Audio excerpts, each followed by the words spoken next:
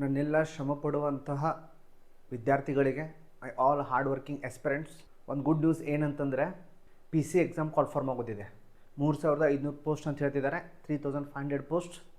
ಇಲ್ಲಿ ನಿಮ್ಗೆ ಇಂಪಾರ್ಟೆಂಟ್ ಈಗ ಸದ್ಯ ಏನು ಮಾಡ್ಬೇಕಂತಂದರೆ ಇಮ್ಮಿಡಿಯೇಟ್ ಸ್ಟೆಪ್ ಏನಂತಂದರೆ ಹೌ ಟು ಪ್ರಿಪೇರ್.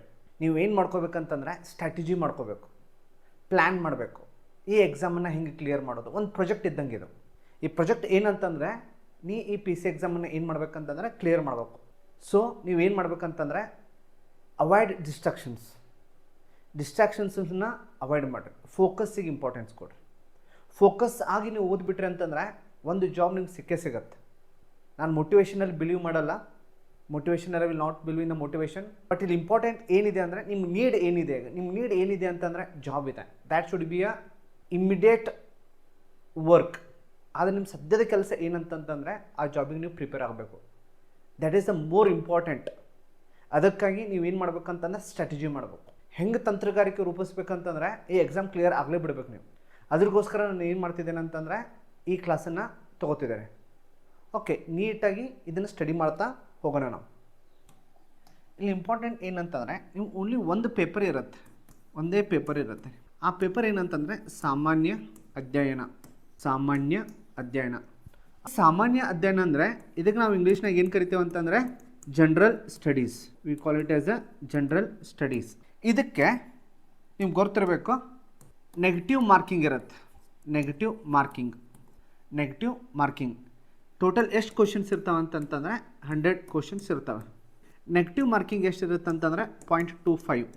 ಅದಕ್ಕೆ ನಾವು ಏನು ಕರಿತೀವಿ ಅಂತಂದರೆ 1/4. ನೆಗೆಟಿವ್ ಮಾರ್ಕಿಂಗ್ ಇದೆ ಅಂತಂದರೆ ನಿಮ್ಗೆ ಗೊತ್ತಿರಬೇಕು ಇಟ್ ಈಸ್ ಅ ಡೇಂಜರ್. ಅದು ಯಾವಾಗ ನೀವು ಎಷ್ಟೋ ಮಾರ್ಕ್ಸನ್ನ ನೀವು ಟಿಕ್ ಮಾಡಿದರೆ ನೆಗೆಟಿವ್ಗೆ ಸಿಕ್ಕಾಪಟ್ಟೆ ಹೋಗಿಬಿಡ್ತಂತಂದರೆ you will not clear the cut ಆಫನ್ನು ಕ್ಲಿಯರ್ ಮಾಡೋಕ್ಕಾಗಲ್ಲ. ಇಲ್ಲಿ ನೀವು ಏನು ಮಾಡಬೇಕಂತಂದರೆ ಫಸ್ಟ್ ಏನು ಮಾಡ್ಬೇಕಂತಂದರೆ ಏನು ಸಿಲೆಬಸ್ ಇದೆಯಲ್ಲ ಅದನ್ನು ನೀಟಾಗಿ ಅರ್ಥ ಮಾಡ್ಕೋಬೇಕು. ನಾನು ಡಿಸ್ಕಸ್ ಮಾಡ್ತೇನೆ ಈಗ. ನೀವು ಪ್ರಿವಿಯಸ್ ನೋಟಿಫಿಕೇಷನ್ದಾಗ ಏನು ಸಿಲೆಬಸ್ ಇದೆಯಲ್ಲ ಅದನ್ನು ನೀಟಾಗಿ ಡೌನ್ಲೋಡ್ ಮಾಡ್ಕೊಂಡು ಏನು ಮಾಡ್ಬೇಕಂತಂದರೆ ನೀಟಾಗಿ ನೋಡಬೇಕು. ನಿಮ್ದು ಎಕ್ಸಾಮ್ ಅಲ್ಲ ಇದು, ಅದ್ರ ಸಮ ನಿಮ್ಮ ನೋಟಿಫಿಕೇಷನ್ ಗೊತ್ತಿರಬೇಕು. ಯಾವ ಜಿಲ್ಲೆ ಒಳಗೆ ಎಷ್ಟು ಪೋಸ್ಟ್ ಕರೀತಾರೆ ಅದೆಲ್ಲ ನೀವು ನೋಡಿರ್ತೀರ ಅನ್ಕೋತೇನೆ. ಡೀಟೇಲಾಗಿ ನೀವು ಒಂದು ಸ್ವಂತ ಸಿಲೆಬಸ್ ನೋಡಿಕೊಂಡ್ರೆ ನಿಮ್ಗೆ ಈಸಿ ಆಗತ್ತೆ. ಏನು ಅನ್ನೋದಂತಂದ್ರೆ ಹೇಗೆ ಅನ್ನೋದು ಗೊತ್ತಾಗತ್ತೆ. ಫಸ್ಟ್ ಸಿಲೆಬಸ್ನಾಗ ಏನೈತೆ ಅಂತಂದರೆ ನಾನು ಹೇಗೆ ಪ್ರಿಪೇರ್ ಮಾಡ್ಬೇಕು ಅನ್ನೋದು ಗೊತ್ತಾಗತ್ತೆ. Next, choose the materials wisely. ನೀವು ಓದುವಂಥ ಪುಸ್ತಕಗಳಾಗಲಿ, ಓದುವಂಥ ಸ್ಟಡಿ ಮೆಟೀರಿಯಲ್ ಆಗಲಿ, ಅದನ್ನು ನೀಟಾಗಿ ಬುದ್ಧಿವಂತಿಕೆಯಿಂದ ಚೂಸ್ ಮಾಡಬೇಕು. ಯಾವುದು ಥರ್ಡ್ ಇಂಪಾರ್ಟೆಂಟ್ ಏನಂತಂತಂದರೆ ಸ್ಟಡಿ ಮಟೀರಿಯಲ್ ಅದನ್ನು ನೀಟಾಗಿ ಚಾಯ್ಸ್ ಮಾಡಬೇಕು. ಮಾರ್ಕೆಟ್ನಾಗ 30 ದಿನದಲ್ಲಿ ಪಿ ಸಿ ಆಗಿರಿ, 10 ದಿನದಲ್ಲಿ ಪೊಲೀಸ್ ಕಾನ್ಸ್ಟೇಬಲ್ ಆಗಿರಿ ಅಂಥವೆಲ್ಲ ಬುಕ್ ಓದಬಾರ್ದು. ಯಾವ ಬುಕ್ ಓದಬೇಕನ್ನೋದು ನಾನು ಹೇಳ್ತೇನೆ, ಹೆಂಗೆ ಓದಬೇಕನ್ನೋದು ಹೇಳ್ತೇನೆ. ಬಟ್ ಮಾರ್ಕೆಟ್ನಾಗ ಯಾವುದೇ ಒಂದು ಬುಕ್ ಬಂದ ತಕ್ಷಣ ಹೋಗಿ ತೊಗೊಂಬಿಡೋದಲ್ಲ. ಒಂದು ಸ್ವಲ್ಪ ಬುದ್ಧಿವಂತಿಕೆ ಏನು ಮಾಡಿರಿ ಅಂತಂದ್ರೆ ಯೂಸ್ ಮಾಡಿರಿ. ಯಾಕಂದರೆ ನೀವು ಒಂದು ಪುಸ್ತಕ ತೊಗೊಂಬಂದು ಇಟ್ಕೊಂಡ್ಬಿಟ್ರೆ ಸಿಕ್ಕಾಪಟ್ಟಿ ಟೈಮ್ ವೇಸ್ಟ್ ಆಗುತ್ತೆ. ಟೈಮ್ ಈಸ್ ಮನಿ. ಈ ಸಿಲೆಕ್ಷನ್ ನೋಟಿಫಿಕೇಶನ್ ಆದ ತಕ್ಷಣ ಅಂತೂ ಒಂದೊಂದು ನಿಮಿಷ ನಿಮ್ಗೆ ಏನಾಗುತ್ತೆ ಅಂದರೆ ಮ್ಯಾಟ್ರ್ ಆಗುತ್ತೆ. ಯಾವುದೇ ಬುಕ್ ತೊಗೊಂಡು ಏನೇನು ಓದ್ಬಿಟ್ರೆ will not clear the exam. Okay, ನಾನು ಇಲ್ಲಿ ಏನು ಬುಕ್ ತೊಗೋಬೇಕು, ಏನು ಓದಬೇಕಂತೇಳಿ ಸಿಂಪಲ್ ಸ್ಟ್ರಾಟಜಿ ಹೇಳ್ಕೊಡ್ತೇನೆ. ಫೋರ್ತ್ ಇಂಪಾರ್ಟೆಂಟ್ ಏನಂತಂತಂದರೆ ಓಲ್ಡ್ ಕ್ವಶನ್ ಪೇಪರ್ಸ್. ನಿಮ್ಮಲ್ಲಿ ಏನಿರಬೇಕಂದ್ರೆ ಓಲ್ಡ್ ಕ್ವಶನ್ ಪೇಪರ್ಸ್ ಇರಬೇಕು. Very important. ಕೆ ಎ ನಡೆಸಿದ್ದಿರ್ಬೋದು, ಅಥವಾ ಪೊಲೀಸ್ ಕಾನ್ಸ್ಟೇಬಲ್ ಇರ್ಬೋದು, SD ಇರ್ಬೋದು, FD ಇರ್ಬೋದು, PSI ಇರ್ಬೋದು. ಯಾವುದೇ ಎಕ್ಸಾಮು ನಿಮ್ಗೆ ಏನಿರಬೇಕಂತಂದರೆ ಅಟ್ಲೀಸ್ಟ್ ಒಂದು 5 ಇಯರ್ಸದ್ದು, 5 ವರ್ಷದ್ದು, 5ರಿಂದ 10 ವರ್ಷದ್ದು ಕ್ವಶನ್ ಪೇಪರ್ಸ್ ಇರಬೇಕು.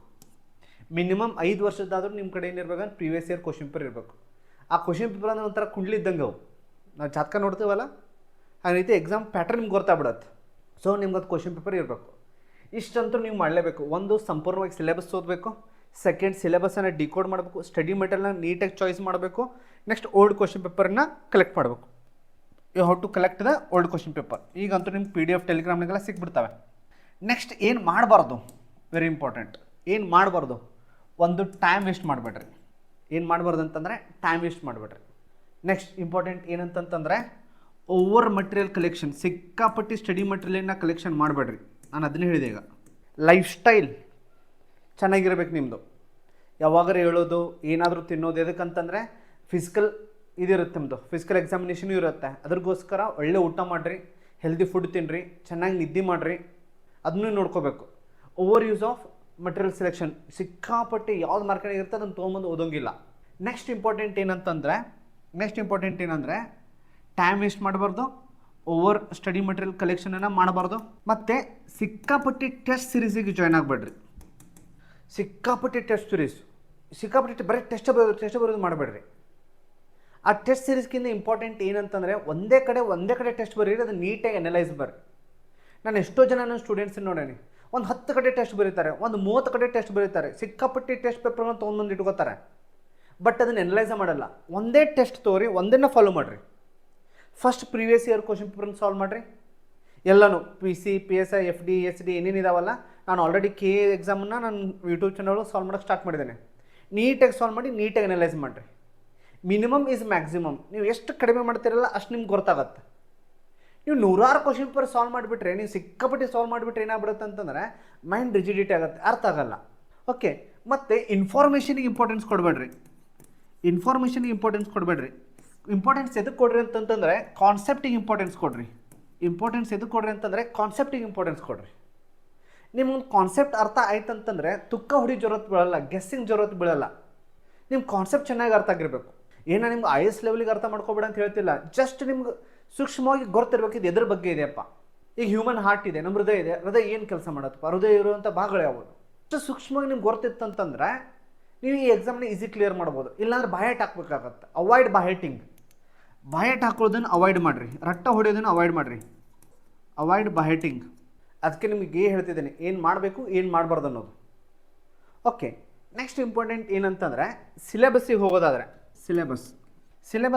ನಿಮ್ಗೆ ಗೊತ್ತಿದೆ ಸಿಲೆಬಸ್ ಎದ್ರ ಬಗ್ಗೆ ಇದೆ ಅಂತಂತಂದರೆ ಸಾಮಾನ್ಯ ಅಧ್ಯಯನ.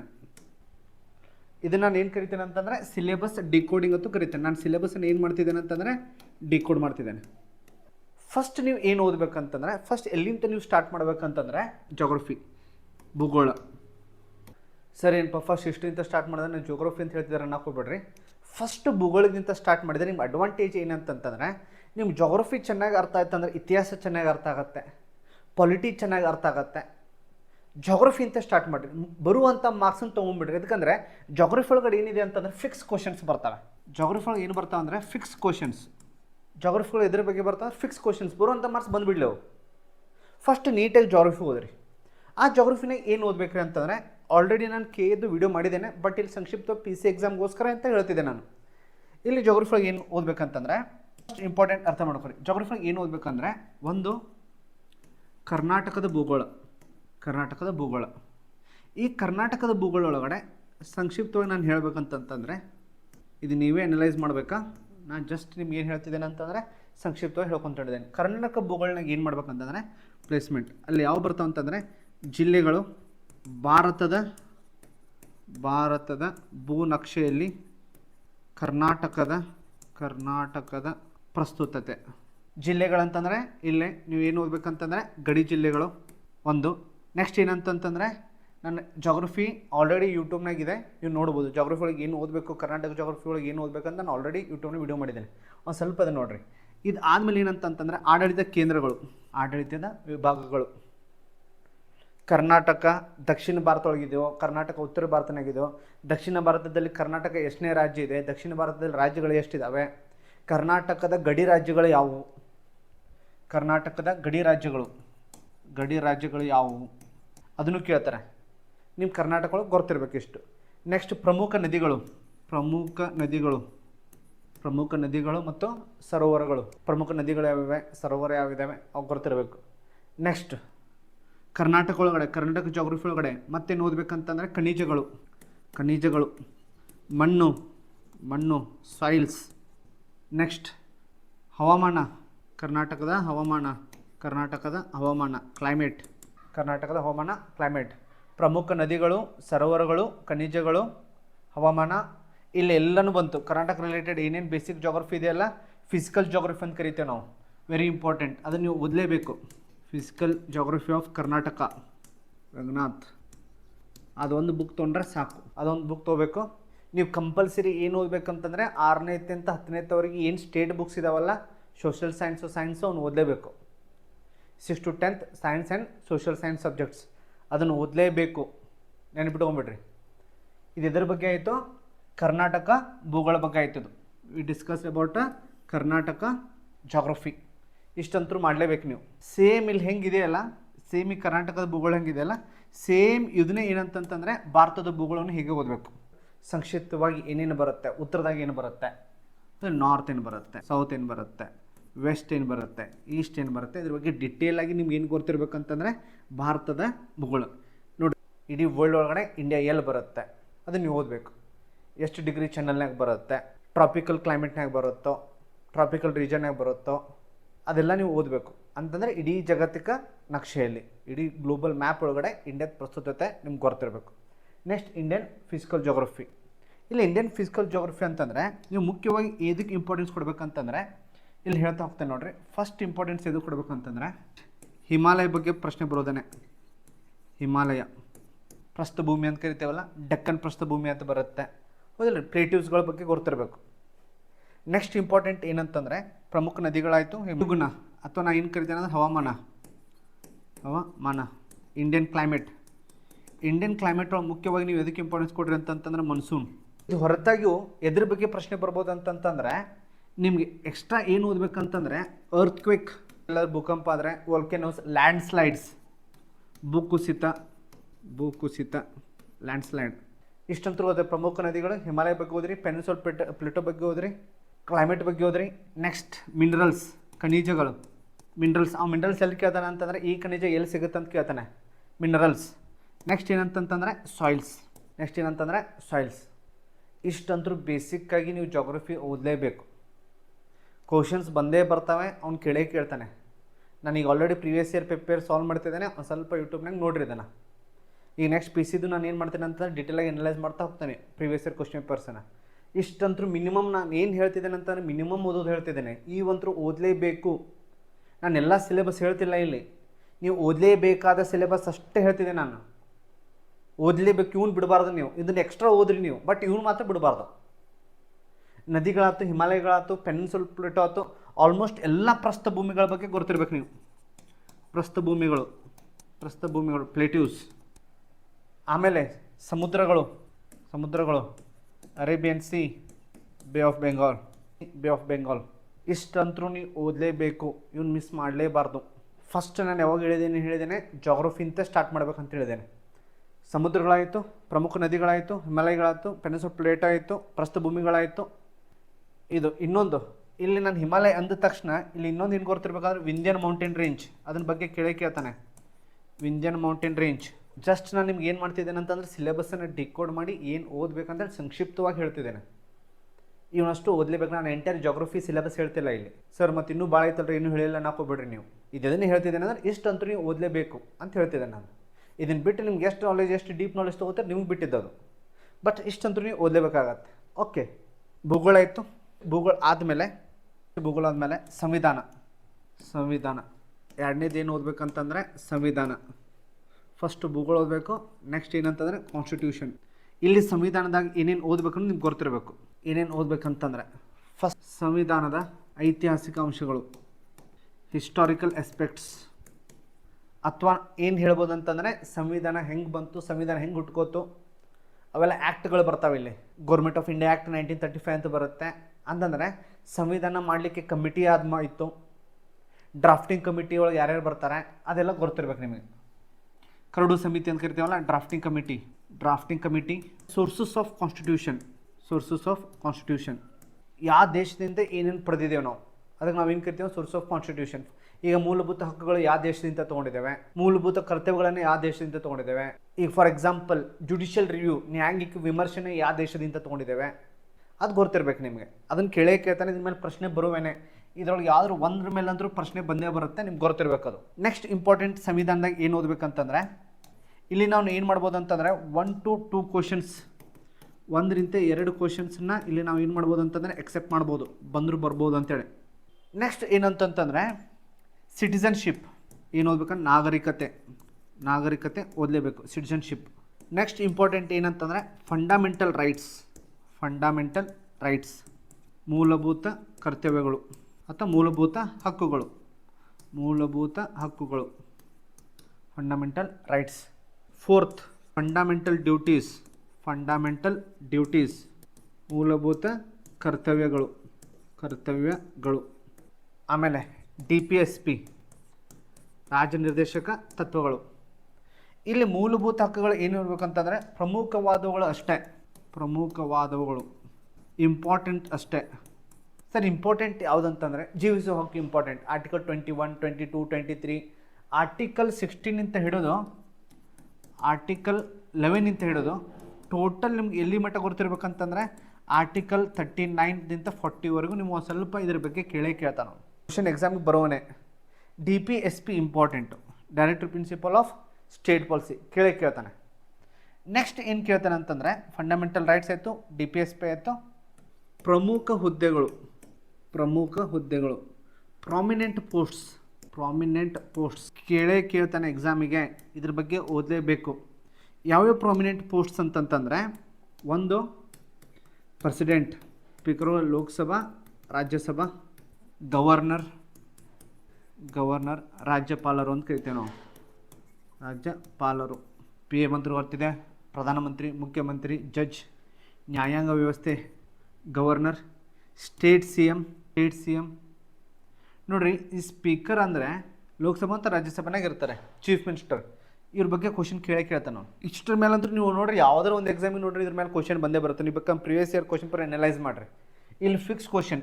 ಸರ್ ಇದ್ರ ಬಗ್ಗೆ ಏನು ಓದಬೇಕಂತಂದರೆ ರಿಲೇಟೆಡ್ ಆರ್ಟಿಕಲ್ಸ್ ಗೊತ್ತಿರಬೇಕು, ಎಲಿಜಿಬಿಲಿಟಿ ಗೊತ್ತಿರಬೇಕು. ಅರ್ಹತೆ ಅಂತ ಕರಿತೇವೆ ನಾವು. ಅರ್ಹತೆ, ಫಂಕ್ಷನ್ಸ್ ಏನಂತಂದರೆ ಕಾರ್ಯಗಳು. ಇಷ್ಟಂತರೂ ಗೊತ್ತಿರಲೇಬೇಕು ನಿಮ್ಗೆ. ಗೊತ್ತಿರಲೇಬೇಕು. ಮೇನ್ ಯಾವ್ಯಾವ ಹುದ್ದೆಗಳಿದ್ದಾವೆ, ಸಂಸ್ಥೆಗಳು, ಅದು ಗೊತ್ತಿರಲೇಬೇಕು. Constitutional and non constitutional bodies ನಿಮ್ಗೆ ಎಲ್ಲ ಬುಕ್ಸ್ ಒಳಗೂ ಕೂಡ ಸಿಗುತ್ತೆ. ಅದು ನೀವು ಓದಲೇಬೇಕು. ಅದರ ಬಗ್ಗೆ ಫಿಕ್ಸ್ ಕ್ವಶನ್ ಇರುತ್ತೆ. Next, for example election commission ಅಂತ ಬರುತ್ತೆ. ಇಲೆಕ್ಷನ್ ಕಮಿಷನ್ ಆಫ್ ಇಂಡಿಯಾ ಅದು ಕಾನ್ಸ್ಟಿಟ್ಯೂಷನಲ್ ಇದೆಯೋ ಅಥವಾ ನಾನ್ ಕಾನ್ಸ್ಟಿಟ್ಯೂಷನಲ್ ಇದೆಯಾ ಅಂತ ಕೇಳ್ತಾನೆ ನಾನು. ಅದು ಗೊತ್ತಿರಬೇಕು. ಇಲೆಕ್ಷನ್ ಕಮಿಷನ್ ಆಫ್ ಇಂಡಿಯಾ ಬರುತ್ತೆ, ಜುಡಿಷರಿ ಬರುತ್ತೆ, ಯಾವ್ದು ಕಾನ್ಸ್ಟಿಟ್ಯೂಷನಲ್ ಬರುತ್ತೆ, ಯಾವ್ದು ನಾನ್ ಕಾನ್ಸ್ಟಿಟ್ಯೂಷನಲ್ ಇದೆ ನಿಮ್ಗೆ ಗೊತ್ತಿರಬೇಕು. ಅದ್ರ ಬಗ್ಗೆ ಕ್ವಶನ್ ಕೇಳ್ತಾನೆ ಬಂದೇ ಬರುತ್ತೆ. ಬೇಡ ಸೂಕ್ಷ್ಮ ಏನು ಗೊತ್ತಿರಬೇಕಂತಂದರೆ ಪಾರ್ಲಿಮೆಂಟ್ ಹೆಂಗಾಗುತ್ತೆ, ಸೆಂಟ್ರಲ್ ಕ್ಯಾಬಿನೆಟ್ ಹೆಂಗಿರುತ್ತೆ, ವಿಧಾನಸಭಾ ಅಂದ್ರೇನು, ವಿಧಾನಸೌಧ ಅಂದ್ರೇನು, ಅಲ್ಲಿ ರಾಜ್ಯಸಭಾ ಅಂದ್ರೇನು, ಅಲ್ಲಿ ಲೋಕಸಭೆ ಏನಂದ್ರೇನು, ಅಷ್ಟು ಗೊತ್ತಿರಲೇಬೇಕು. ಅದನ್ನು ಕೇಳ್ತಾನೆ. ಈಗ MLA ಅಂದ್ರೇನು, MP ಅಂದ್ರೇನು, MLA ಪವರ್ಗಳೇನಿರ್ತವೆ, MP ಪವರ್ಗಳೇನಿರ್ತವೆ, ಕೆಳಗಿನ ಯಾವ ಹೇಳಿಕೆಗಳು MLA member of legislative assembly ಅಂತ ಕರಿತೇವೆ, ಅದರ ಭಾಗವಾಗಿಲ್ಲ ಅಂತ ಆ ರೀತಿ ಪ್ರಶ್ನೆಗಳು ಬರುವಂಥ ಚಾನ್ಸಸ್ ಇರುತ್ತೆ. ಇನ್ನು ಓದಲೇಬೇಕು. ನಾನು ಇನ್ನೊಂದು ಕ್ಲಾಸ್ ತೊಗೋತೇನೆ, ಪ್ರಶ್ನೆಗಳ ಬಗ್ಗೆ ಇನ್ನೊಂದು ಕ್ಲಾಸ್ ತೊಗೋತೇನೆ. ನೀವು ಎಲ್ಲ ಸಬ್ಜೆಕ್ಟ್ನಾಗ ಏನು ಓದಬೇಕು ಅನ್ನೋದಷ್ಟೇ ನಾನು ಹೇಳ್ತಿದ್ದೇನೆ. ಓಕೆ, ಸಂವಿಧಾನ ಆಯಿತು. ಹಿಸ್ಟ್ರಿ ಒಳಗಡೆ ನಾವು ಇತಿಹಾಸ ಅಂತೇಳಿ ಕರಿತೇವೆ. ಇತಿಹಾಸ ಇಲ್ಲಿ ನೀವು ಇದಕ್ಕೆ ಇಂಪಾರ್ಟೆನ್ಸ್ ಕೊಡಬೇಕಂತಂದರೆ ಕರ್ನಾಟಕದ ಇತಿಹಾಸ, ಕರ್ನಾಟಕ ಹಿಸ್ಟ್ರಿ. ಅಲ್ಲಿ ಯಾರು ಬರೆದಿದ್ದಾರೆ ಬುಕ್ ಇದೆ, ಸೂರ್ಯನಾಥ್ ಕಾಮತ್. ಈ ಬುಕ್ಕನ್ನು ತೊಗ್ಬೋದು, ಸೂರ್ಯನಾಥ್ ಕಾಮತ್. ಇದನ್ನು ನಾನು ಡಿಟೇಲಾಗಿ ನನ್ನ ಯೂಟ್ಯೂಬ್ ಚಾನಲ್ ಒಳಗಡೆ ವಿಡಿಯೋ ಮಾಡೀನಿ. ಕರ್ನಾಟಕ ಇತಿಹಾಸನ ಹೇಗೆ ಓದಬೇಕು ಅನ್ನೋದು ವಿಡಿಯೋ ಇದೆ. ಓಕೆ, ಇದು ವಿಡಿಯೋ ಮುಗಿದ ನಂತರ ನಾನು ಏನು ಮಾಡಿರ್ತೇನೆ, ಲಿಂಕ್ ಕಳಿಸಿರ್ತೇನೆ. ಆ ಲಿಂಕ್ನ ನೀವು ಏನು ಮಾಡ್ಬೋದು, ಕ್ಲಿಕ್ ಮಾಡಿ ಕ್ಲಾಸ್ ನೋಡ್ಬೋದು. ನೆಕ್ಸ್ಟ್, ಭಾರತದ ಇತಿಹಾಸ. ಇದು ನೀವು ಬೇಕಂದ್ರೆ ಯಾರಿಂದ ಓದ್ಬೋದು, ಸದಾಶಿವ ಐತೆ. ಸದಾಶಿವ ಬುಕ್ ಇದೆ. ಬಟ್ ಇದು ಓದೋಕ್ಕಿಂತ ಮುಂಚೆ 6ನೇದಿಂದ 10ನೇವರೆಗೂ book very important. State books important. ಅದನ್ನು ಓದಿ ನಿಮ್ಗೆ ಟೈಮ್ ಸಿಕ್ಕರೆ ಇವನ್ನೆಲ್ಲ ಬುಕ್ಸನ್ನು ಓದ್ರಿ. ಭಾರತದ ಇತಿಹಾಸ ಒಳಗಡೆ ನೀವು ಪ್ರಮುಖವಾಗಿ ಎದಕ್ಕೆ ಇಂಪಾರ್ಟೆನ್ಸ್ ಕೊಡಬೇಕಂದ್ರೆ ಆಧುನಿಕ ಇತಿಹಾಸ ಒಳಗೆ ಮುಖ್ಯವಾಗಿ ಏನಂತಂದರೆ ಸ್ವಾತಂತ್ರ್ಯ ಚಳುವಳಿ. ಇದ್ರ ಮೇಲೆ ಪ್ರಶ್ನೆ ಬಂದೇ ಬರ್ತವೆ. Freedom moment. ಸೊ ಇದ್ರ ಬಗ್ಗೆ ನಮ್ಗೆ ಗೊತ್ತಿರಬೇಕು. ಆಧುನಿಕ ಭಾರತದ ಇತಿಹಾಸ ಒಳಗಡೆ ಇದ್ರ ಮೇಲೆ ಫಿಕ್ಸ್ ಕ್ವಶನ್ ಬಂದೇ ಬರೋದು. 1857 ಅಂತ ಹೇಳೋದು 1947ವರೆಗೂ. ನಾನು ನಿಮ್ಗೆ ಡಿಟೇಲಾಗಿ ಹೇಳಿದ್ದೇನೆ. ಮಧ್ಯಕಾಲೀನ ಇತಿಹಾಸನಾಗ ಏನು ಓದಬೇಕು ಅಂಥೇಳಿ ಡಿಟೇಲಾಗಿ ವಿಡಿಯೋ ಮಾಡಿದ್ದೇನೆ. ಆ ವಿಡಿಯೋ ನೋಡಿರಿ. That video is in YouTube ಒಳಗಡೆ ವಿಡಿಯೋ ಇದೆ. ಇದನ್ನು ಡಿಟೇಲಾಗಿ ನಾನು ಏನು ಮಾಡಿದ್ದೇನೆ ಅಂತಂದರೆ ಕ್ಲಾಸ್ ಮಾಡಿದ್ದೇನೆ. ಹಿಸ್ಟ್ರಿ ಹೇಗೆ ಓದಬೇಕು ಅಂತೆಲ್ಲ ಕ್ಲಾಸ್ ಮಾಡಿದ್ದೇನೆ. ಕರ್ನಾಟಕ ಜಾಗ್ರಫಿದು ಮಾಡಿದ್ದೇನೆ. ನೆಕ್ಸ್ಟ್, ಎಕನಾಮಿಕ್ಸಿಗೆ ಬರೋದಾದರೆ ನೋಡಿರಿ, ಇಲ್ಲಿ ಹಿಸ್ಟ್ರಿ ಒಳಗಡೆ ಆಧುನಿಕ ಭಾರತದ ಅಷ್ಟೇ ಇಂಪಾರ್ಟೆನ್ಸ್ ಎದಕ್ಕೆ ಹೇಳಿದ್ದೇನೆ ಅಂತಂದರೆ, ಇದನ್ನು ಬಿಟ್ಟು ನೀವು ಏನು ಓದಬೇಕಂತಂದರೆ ನಿಮ್ಗೆ ಗೊತ್ತಿದೆ ಪ್ರಾಚೀನ ಮತ್ತು ಮಧ್ಯಕಾಲೀನ. ಈ ಪ್ರಾಚೀನ ಮತ್ತು ಮಧ್ಯಕಾಲೀನ ಒಳಗೆ ಏನು ಓದಬೇಕಂತೇಳಿ ಆಲ್ರೆಡಿ ನಾನು ಯೂಟ್ಯೂಬ್ನಾಗ ವಿಡಿಯೋ ಇದೆ, ಅದನ್ನ ಹೋಗಿ ವಿಡಿಯೋ ನೋಡಿರಿ. ಅದ್ರ ಸಂಬಂಧ ಇಲ್ಲಿ ಎಕ್ಸ್ಪ್ಲೇನ್ ಮಾಡ್ತಿಲ್ಲ. ಓಕೆ, ನೆಕ್ಸ್ಟ್, ಆರ್ಥಿಕತೆ. ಎಕನಾಮಿಕ್ಸ್ ಒಳಗೆ ನೀವು ಏನು ಓದಬೇಕಂದ್ರೆ ಫಸ್ಟು ಬಜೆಟ್. ಸೆಕೆಂಡ್ ಏನಂದರೆ ಎಕನಾಮಿಕ್ ಟರ್ಮ್ಸ್ ಅಂದರೆ ಹಣದುಬ್ಬರ ಎಂದರೇನು, CRR ಬರುತ್ತೆ, SLR ಬರುತ್ತೆ, ರೆಪೋ ಬರುತ್ತೆ, ರಿವರ್ಸ್ ರೆಪೋ ಬರುತ್ತೆ. ಹಣದುಬ್ಬರಕ್ಕೆ ನಾವೇನು ಕರಿತೀವಿ ಅಂದರೆ ಇನ್ಫ್ಲೇಷನ್ ಅಂತ ಹೇಳಿ ಕರಿತೇವೆ. ಇನ್ಫ್ಲೇಷನ್ ಇದ್ರ ಬಗ್ಗೆ ಓದಲೇಬೇಕು ನೀವು. ಟರ್ಮಿನಾಲಜಿ ಬಗ್ಗೆ, ಶಬ್ದಗಳು ಏನಿದಾವಲ್ಲ ಎಕನಾಮಿಕ್ಸ್ ಒಳಗೆ, ಶಬ್ದಗಳ ಮೀನಿಂಗ್ ಕೇಳ್ತಾನೆ ಅವನು. ಏನು ಕೇಳ್ತಾನೆ ಅಂತಂದ್ರೆ ಅರ್ಥ ಕೇಳ್ತಾನೆ. ಯು ಲಾಸ್ಟ್ ದ ಮೀನಿಂಗ್ ಕೇಳ್ತಾನೆ, ಬಿಟ್ಟರೆ ಫುಲ್ ಫಾರ್ಮ್ ಕೇಳ್ತಾನೆ. SLR ಫುಲ್ ಫಾರ್ಮ್ ಏನಂತೇಳಿ ಫುಲ್ ಫಾರ್ಮ್ ಕೇಳ್ತಾನೆ. Statutory liquid ratio. ಈ ರೀತಿ ಎಕ್ಸಾಮ್ನಾಗ ಏನು ಬರುತ್ತೆ ಅಂತಂದರೆ ಪ್ರಶ್ನೆಗಳು ಬರ್ತವೆ. ಎಕನಾಮಿಕ್ ಟರ್ಮ್ಸ್, ಒಂದು ಬಜೆಟ್, ಎರಡನೇದು ಎಕನಾಮಿಕ್ ಟರ್ಮ್ಸ್ ಬಗ್ಗೆ ಗೊತ್ತಿರಬೇಕು, ಶಬ್ದಗಳ ಬಗ್ಗೆ ಗೊತ್ತಿರಬೇಕು, ವ್ಯಾಖ್ಯಾನಗಳ ಬಗ್ಗೆ ಗೊತ್ತಿರಬೇಕು. ಈ ಟರ್ಮ್ಸ್ ಆದಮೇಲೆ ನೆಕ್ಸ್ಟು ನೀವು ಎಕನಾಮಿಕ್ಸ್ಗಳು ಮ್ಯಾಕ್ಸಿಮಮ್ ಏನು ನೋಡ್ತೀರಿ ಅಂತಂದರೆ ಕರೆಂಟ್ ಅಫೇರ್ಸ್. ಎಕನಾಮಿಕ್ಸ್ ಇದ್ರ ಮೇಲೆ ಡಿಪೆಂಡ್ ಇರುತ್ತೆ ಅಂತಂದರೆ ಕರೆಂಟ್ ಅಫೇರ್ಸ್ ಮೇಲೆ ಡಿಪೆಂಡ್ ಇರುತ್ತೆ. ಈ ಕರೆಂಟ್ ಅಫೇರ್ಸ್ ಒಳಗೆ ಏನು ಕೇಳ್ತಾನೆ ಅಂತಂದರೆ ಸದ್ಯದಲ್ಲಿ ನ್ಯೂಸ್, ಫಾರ್ ಎಕ್ಸಾಂಪಲ್ GDP ನ್ಯೂಸ್ನಾಗಿದೆ ಅಂದರೆ GDP ಬಗ್ಗೆ ಪ್ರಶ್ನೆ ಬರುತ್ತೆ. GDP, GNP, NNP, NNI ಅವು ಎಲ್ಲ ಎಲ್ಲಿ ಬರ್ತಾವೆ ಅಂತಂದರೆ ಶಬ್ದಗಳ ಬಗ್ಗೆನೇ ಶಬ್ದಗಳೆಲ್ಲೇ ಬರ್ತಾವೆ. ಅಂತಂದರೆ ಎಕನಾಮಿಕ್ಸ್ ಒಳಗೆ ನೀವು ಅಂಥದ್ದು ಏನೂ ಆಪ್ರೇನು ಓದೋದಿರೋಲ್ಲ, ನಿಮ್ಮ ಜಸ್ಟ್ ಟರ್ಮ್ ಅನ್ನೋದು ಏನಂತ ಗೊತ್ತಿರಬೇಕು. ಟರ್ಮ್ಗಳ ಬಗ್ಗೆ ಗರಣಿ ಕೃಷ್ಣಮೂರ್ತಿ ಅಂತಿದೆ ಬುಕ್, ಅದನ್ನು ನೀವು ಓದ್ಬೋದು. ಪುಸ್ತಕ ಅಂತ ಗರಣಿ ಕೃಷ್ಣಮೂರ್ತಿ ಅಂತಿದೆ, ಆ ಪುಸ್ತಕನ ತೊಗೊಂಡು ಓದ್ಬೋದು ನೀವು. ಆ ಪುಸ್ತಕನ ತೊಗೊಂಡು ಓದ್ಬೋದು. ಹಿಸ್ಟ್ರಿ ಆಯಿತು, ಎಕನಾಮಿ ಆಯಿತು, ಪೊಲಿಟಿ ಆಯಿತು, ಜೋಗ್ರಫಿ ಆಯಿತು. ನೆಕ್ಸ್ಟ್ ಇಂಪಾರ್ಟೆಂಟ್ ಏನಂತಂದರೆ ಜನರಲ್ ಸೈನ್ಸ್, ಸಾಮಾನ್ಯ ವಿಜ್ಞಾನ, ಜನರಲ್ ಸೈನ್ಸ್. ಈ ಜನರಲ್ ಸೈನ್ಸ್ ಆಲ್ಮೋಸ್ಟ್ ನೀವು ಏನಂದರೆ 6th to 10th text book, state books. ಇಲ್ಲಿ ಇಂಪಾರ್ಟೆನ್ಸ್ ಏನು ಇದು ಕೊಡ್ರಿ ಅಂತಂದರೆ ಮಾನವನ ದೇಹ, ಹ್ಯೂಮನ್ ಬಾಡಿ. ಸೆಕೆಂಡ್, ಅಂಗಾಂಗಗಳು, ಆರ್ಗನ್ಸ್ ಆ್ಯಂಡ್ ಫಂಕ್ಷನ್ಸ್. ಥರ್ಡ್, ರಕ್ತ, ಬ್ಲಡ್ ಆರ್ ಬ್ಲಡ್ ಗ್ರೂಪ್. ಇದ್ರ ಮೇಲೆ ಕ್ವಶನ್ ಬಂದೇ ಬರುತ್ತೆ. ಪಾಸಿಟಿವ್ ಯಾರಿಗೆ ಬ್ಲಡ್ ಕೊಡಬೇಕು, ಯಾರು ರಕ್ತ ಕೊಡ್ಬೇಕು ಅಂತೆಲ್ಲ ಪ್ರಶ್ನೆ ಬರುತ್ತೆ ನೋಡಿರಿ, ಅದು ಬಂದೇ ಬರುತ್ತೆ. ಅಂಗಾಂಗಗಳ ಬಗ್ಗೆ ಬರುತ್ತೆ, ಹಾರ್ಟ್ ಏನು ಕೆಲಸ ಮಾಡುತ್ತೆ, ಕಿಡ್ನಿ ಏನು ಕೆಲಸ ಮಾಡುತ್ತೆ. ನೆಕ್ಸ್ಟ್ ಗ್ರಂಥಿಗಳು, ಎಂಜೈಮ್ಸ್ ಆ್ಯಂಡ್ ಹಾರ್ಮೋನ್ಸ್. ಇವನಷ್ಟು ಓದಲೇಬೇಕು. ಮಾನವನ ದೇಹ, ಅಂಗಾಂಗಗಳು, ರಕ್ತ, ಗ್ರಂಥಿಗಳು. ನೆಕ್ಸ್ಟ್ ರೋಗಗಳು, ಡಿಸೀಸಸ್.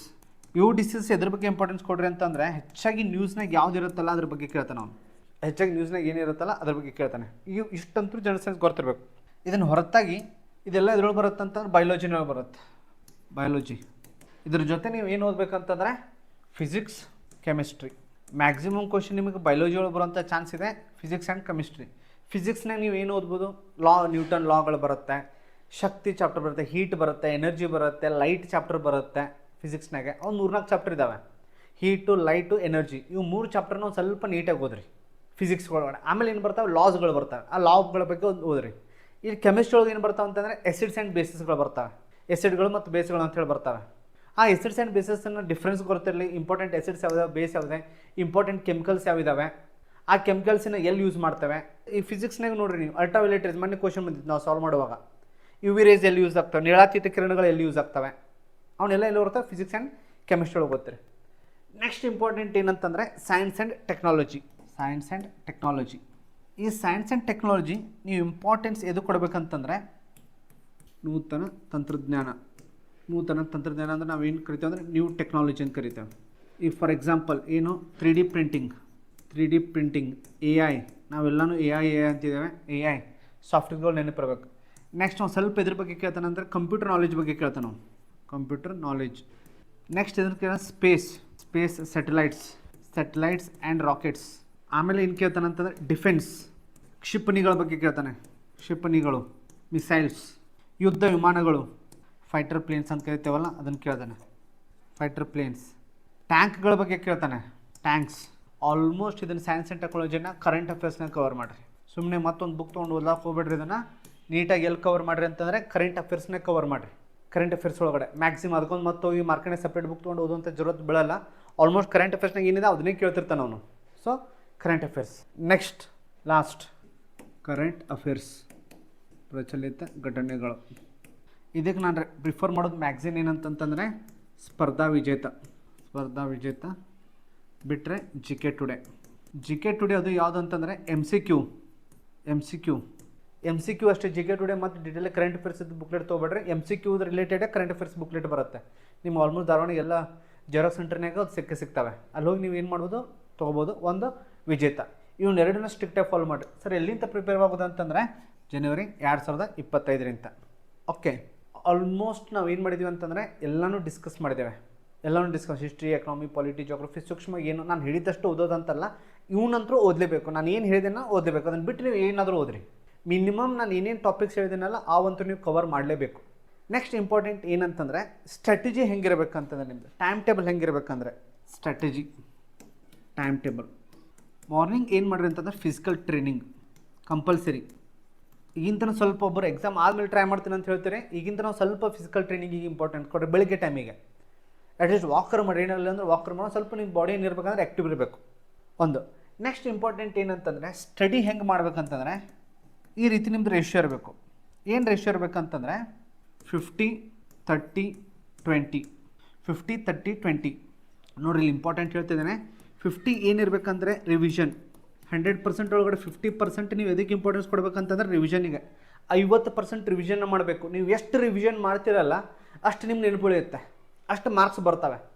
30 ಏನು ಮಾಡ್ಬೇಕಂತಂದ್ರೆ ಹೊಸದಾಗಿ ಓದೋದು, ನ್ಯೂ ರೀಡಿಂಗ್. ನೀವೇನು ಬುಕ್ಸ್ ಎಲ್ಲ ಓದ್ತಿರಲ್ಲ ಅದೇನಿರ್ಬೇಕಂತಂದರೆ 30% ಅಂತಂದ್ರೆ ನೀವು ಫಾರ್ ಎಕ್ಸಾಂಪಲ್ ಇವತ್ತು ಸೂರ್ಯನಾಥ್ ಕಾಮತ್ ಓದಾಕತ್ತೀರಿ ಅಥವಾ ಜಾಗ್ರಫಿ ಓದಾಕತ್ತೀರಿ, ಪೊಲಿಟಿ ಓದಾಕತ್ತೀರಿ, ಇವೆಲ್ಲ ಓದೋದು ಏನಿರ್ಬೇಕಂದ್ರೆ 30% ಅಷ್ಟು ಓದೋದಿರಬೇಕು. 50% ಏನಿರ್ಬೇಕಂತಂದ್ರೆ ರಿವಿಷನ್ ಇರಬೇಕು. ಎಷ್ಟು ರಿವಿಷನ್ ಇರುತ್ತಲ್ಲ ಅಷ್ಟು ನಿಮ್ಗೆ ಎಕ್ಸಾಮ್ ಕ್ಲಿಯರ್ ಆಗೋ ಚಾನ್ಸಸ್ ಇರುತ್ತೆ. ಯಾರು ಹಳಬರಿದಿರಲ್ಲ, ಈಗ ಆಲ್ರೆಡಿ ಏನು ಬುಕ್ಸ್ ಏನು ಓದಿರಿ, 1-2-3 ಸರಿ ಎಕ್ಸಾಮ್ ಬರ್ದಿರಲ್ಲ, ಅವ್ರು 80% ರಿವಿಷನ್ ಮಾಡಿರಿ. ಹೊಸದಾಗಿ ಓದೋಕ್ಕಿಂತ ಏನು ಮಾಡಿರಿ ಅಂತಂತಂದರೆ 80% ರಿವಿಷನ್ ಮಾಡಿರಿ. ಆಲ್ರೆಡಿ ಯಾರು ಓದಿರಿ, ರಿವಿಷನ್ ವೆರಿ ಇಂಪಾರ್ಟೆಂಟ್. ನಾನು ಯಾವಾಗ ಹೇಳ್ತಿರ್ತೇನೆ, revision and concentration is a father and mother of the memory ಅಂತೇಳಿ. ಕಾನ್ಸಂಟ್ರೇಷನ್ ಇರಬೇಕು, ನಿಮ್ಮದು ಫೋಕಸ್ ಇರಬೇಕು, ರಿವಿಷನ್ ಇರಬೇಕು. ಇನ್ನು 20% ಏನಂತಂದರೆ ಪ್ರೀವಿಯಸ್ ಇಯರ್ ಕ್ವಶನ್ ಪೇಪರನ್ನು ಸಾಲ್ವ್ ಮಾಡೋದು. ಇನ್ನು 20% ಏನಿರಬೇಕಂತಂದರೆ ಪ್ರೀವಿಯಸ್ ಇಯರ್ ಕ್ವಶನ್ ಪೇಪರನ್ನು ಸಾಲ್ವ್ ಮಾಡೋದು. ಆಲ್ಮೋಸ್ಟ್ ನೈಟ್ ಟೈಮ್ ಏನು ಮಾಡಿರಿ ಅಂತಂದರೆ ಕ್ವಶನ್ ಪೇಪರ್ ಸಾಲ್ವ್ ಮಾಡೋಕೆ ಇಟ್ಕೋರಿ. ಮಧ್ಯಾಹ್ನ ಓದ್ತಿರಲ್ಲ, ಈವ್ನಿಂಗೆಲ್ಲ ಏನು ಇಟ್ಕೋರಿ ಅಂತಂತಂದ್ರೆ ನಾವು ಸ್ವಲ್ಪ ರಿವಿಷನ್ ಇಟ್ಕೋರಿ. ಬೆಳಗ್ಗೆ ಫಿಸಿಕಲ್ ಬಂದ ತಕ್ಷಣ ಓದಕ್ಕೆ ಏನು ಕುಂಡಿರ್ತಿಲ್ಲ, ಹೊಸದು ಏನೈತಲ್ಲ ಅದನ್ನು ಓದ್ರಿ. ಓದಿದ ತಕ್ಷಣ ಒಂದು ಡೇನಾಗೆ ನಿಮ್ಮದು 100% ಒಂದು ಡೇ ಇದೆ ಅಂದರೆ ಒಂದು ಡೇನಾಗ ಹೆಂಗೆ ಡಿವೈಡ್ ಮಾಡ್ಬೇಕಂದ್ರೆ 50% ರಿವಿಷನ್ನಿಗೆ, 30% ಹೊಸದಾಗಿ ಓದೋದಕ್ಕೆ ಅಂದರೆ ನ್ಯೂ ರೀಡಿಂಗಿಗೆ, ಇನ್ನು 20% ಏನು ಮಾಡ್ಬೇಕಂದ್ರೆ PYQ ಸಾಲ್ವ್ ಮಾಡಬೇಕು. PYQ ಕಂಪಲ್ಸರಿ, ಇದನ್ನು ಸಾಲ್ವ್ ಮಾಡಲೇಬೇಕು ಕಂಪಲ್ಸರಿ. ಎಕ್ಸಾಮ್ ಹತ್ರ ಬಂದಾಗ ಇದೊಂದು ಸ್ವಲ್ಪ ಚೇಂಜ್ ಆಗುತ್ತೆ. 50% ಇದಾಗುತ್ತೆ, 50% PYQ ಆಗುತ್ತೆ. ಇದನ್ನು ಓದೋದು ಬಿಟ್ಬಿಡೋದು ಎಕ್ಸಾಮ್ ನಿಯರ್ ಬಂದಾಗ. ಬೇಕಾದ್ರೆ ನಾವು ಇನ್ನೊಂದು ನಿಮ್ಮ ಕ್ಲಾಸ್ ಮಾಡಿ ಹೇಳ್ತೇನೆ. ನಿಮ್ಮದು ಸ್ಟ್ರಾಟಜಿ ಈ ರೀತಿ ಇರಬೇಕು. ಓಕೆ, ಇಲ್ಲಿ ಇಂಪಾರ್ಟೆನ್ಸ್ ನೋಡಿರಿ. ಮಧ್ಯಾಹ್ನ ಹೊತ್ತು ಏನು ಮಾಡಿರಿ ಅಂತಂದರೆ ಆಫ್ಟರ್ನೂನ್ ಮೆಂಟಲ್ ಎಬಿಲಿಟಿ ಸಾಲ್ವ್ ಮಾಡಿರಿ. ಮೆಂಟಲ್ ಎಬಿಲಿಟಿ ಕ್ವಶನ್ಸ್ ಅದನ್ನು ಸಾಲ್ವ್ ಮಾಡಿರಿ. ಮೆಂಟಲ್ ಎಬಿಲಿಟಿ ಅವರು ಕ್ವಶನ್ಸ್ ಬಂದೇ ಬರ್ತವೆ PC ಒಳಗಡೆ. ನೀವು ಮಧ್ಯಾಹ್ನ ಬೇಜಾರಾದಾಗ ನಿದ್ದೆ ಬಂದಾಗ ಬೇಕಂದ್ರೆ ಅರ್ಧ ತಾಸು ಸ್ವಲ್ಪ ಮಲಗ್ರಿ, ಅರ್ಧ ತಾಸು 1 ತಾಸು ಮಲಗ್ರಿ. ಅದಾದಮೇಲೆ ಮಧ್ಯಾಹ್ನ ಆಲ್ಮೋಸ್ಟ್ ಟೈಮ್ ಇದಕ್ಕೆ ಇಡ್ರಿ ಅಂತಂತಂದರೆ ಮೆಂಟಲ್ ಎಬಿಲಿಟಿಗೆ ಇಡ್ರಿ. ನೋಡಿರಿ, ನಿಮ್ಗೆ ಹೆಂಗೆ ಕಂಫರ್ಟ್ ಇಲ್ಲ, ನಾನಂತೂ ಈ ರೀತಿ ಹೇಳಿದ್ದೇನೆ. ಈ ರೀತಿ ನೀವು ಏನು ಮಾಡ್ಬೇಕಂತಂದರೆ ಈ ಮೆಂಟಲ್ ಟೈಮ್ ಟೇಬಲನ್ನು ಡಿವೈಡ್ ಮಾಡಬೇಕು. ಸ್ಟ್ರಿಕ್ಟಾಗಿ ಟೈಮ್ ಟೇಬಲ್ ಹಾಕೋಬೇಡ್ರಿ. ಬೆಳಗ್ಗೆ 5 ಗಂಟೆಗೆ ಕೇಳಬೇಕು, 5 ಗಂಟೆಗೆ ಯೋಗ ಮಾಡಬೇಕು, 6 ಗಂಟೆಗೆ ಲಕ್ಷ್ಮೀಕಾಂತ್ ಓದಬೇಕು, ಸೂರ್ಯನಾಥ್ ಕಾಮತ್ ಓದಬೇಕು. ಸ್ಟ್ರಿಕ್ಟ್ ಟೈಮ್ ಟೇಬಲ್ ಹಾಕೊಂಡ್ರೆ ಏನಾಗುತ್ತೆ ಅಂದರೆ ನಿಮ್ಮ ಮೈಂಡ್ ಅದರ ಅಪೋಸಿಟ್ ಕೆಲಸ ಮಾಡುತ್ತೆ. ನೀವು ಟೈಮ್ ಟೇಬಲ್ ಏನಾದ್ರು ನಿಭಾಯಿಸೋಕೆ ಆಗಲಿಲ್ಲ ಅಂದರೆ ಅದ್ರದ್ದೊಂದು ಡಿಪ್ರೆಷನ್, ಮತ್ತು ಅದಕ್ಕೆ ಟೈಮ್ ವೇಸ್ಟ್ ಮಾಡ್ತೀರಿ ನೀವು. ಎದ್ದಾಗ ಎದ್ದಿದ್ದು ಯಾವಾಗ ಹೇಳ್ತಿರಲ್ಲ ಆ ಟೈಮನ್ನ ಕರೆಕ್ಟ್ ಉಪಯೋಗ ಮಾಡ್ಕೊಳ್ಳಿ. ಅಯ್ಯೋ ಇವತ್ತು 5 ಗಂಟೆಗೆ ಕೇಳೋಕೆ ಆಗಲಿಲ್ಲ ಅನ್ನೋದು ಯೋಚನೆ ಮಾಡೋಕ್ಕಿಂತ ಎದ್ದಾಗ ಏನು ಮಾಡಬೇಕು ಅನ್ನೋದು ಅದನ್ನಷ್ಟೇ ಯೋಚನೆ ಮಾಡಿರಿ ನೀವು ಒಂದು. ಮತ್ತು ಯಾವಾಗೂ ಎಕ್ಸಾಮ್ ಕ್ಲಿಯರ್ ಆಗುತ್ತೋ ಬಿಡುತ್ತೋ ಅದ್ರ ಬಗ್ಗೆ ಯೋಚನೆ ಮಾಡಿ ಟೈಮ್ ವೇಸ್ಟ್ ಮಾಡಬೇಡ್ರಿ. ಈಗ ಸದ್ಯ ನಿಮ್ದು ಏನಿದೆ ಅಂತ ಅದನ್ನಷ್ಟೇ ಕೆಲಸ ಮಾಡಿರಿ. ಆಗೋದು ಬಿಡೋದು ದೇವ್ರು ಬಿಡ್ರಿ. ದೇವ್ರು ಅಂತಿದ್ದಾರೆ ಅಂದ್ರೆ ಅವ್ರು ಏನೊಂದು ಮಾಡಲೇಬೇಕು, ದೇವ್ರು ಬಿಟ್ಬಿಡ್ರಿ ಅದನ್ನು.